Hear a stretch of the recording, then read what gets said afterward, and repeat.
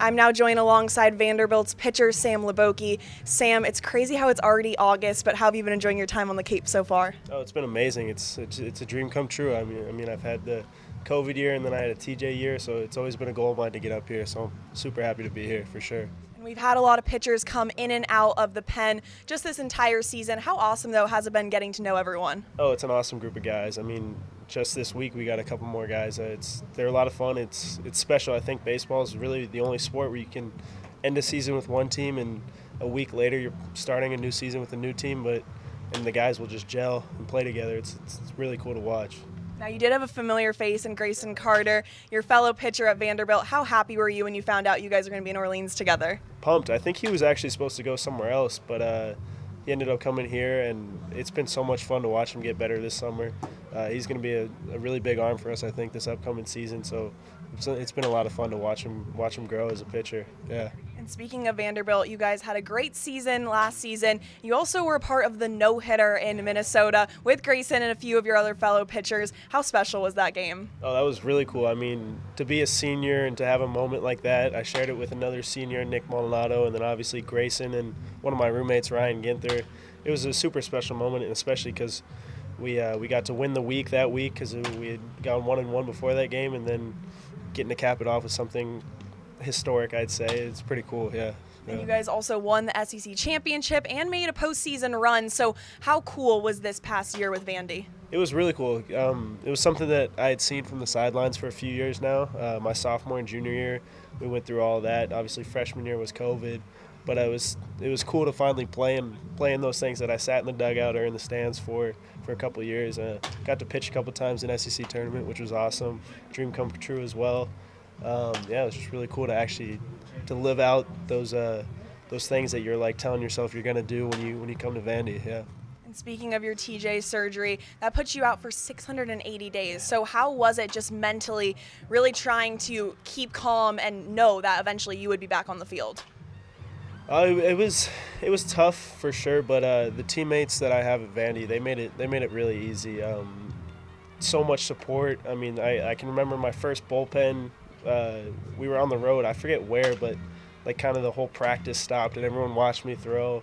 And then like that first outing when you're facing a hitter for the first time, like everyone's on the top step, everyone comes out to congratulate you. It was really special, and they made the whole process go by quicker and a lot more enjoyable, I think. And your head coach, Tim Corbin, has said how proud he was of you because instead of just going away from the team, you put yourself right back into the team and you were there supporting. Have you always been a team player?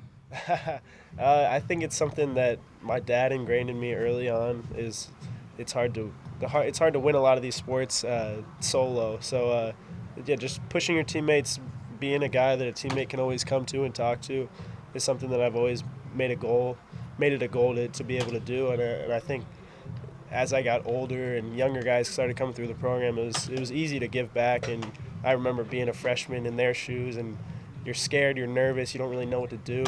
And to have an older guy to talk to, I always thought would be amazing. So to try to be that guy for the younger guys is something I've always tried to do for sure. And speaking of your time here in Orleans, you've been in both the starting role and the relieving role. Is there a different mindset going into it, or is it the same? No, I mean, either way, you're trying to get one out at a time and stack outs. Maybe the only difference is level of adrenaline. When you're in the bullpen, it's kind of you get your name called, and it's a quick process to go from name call to being in the game. So there's a little bit more adrenaline, I think. But once you're out there, and it's just pitching.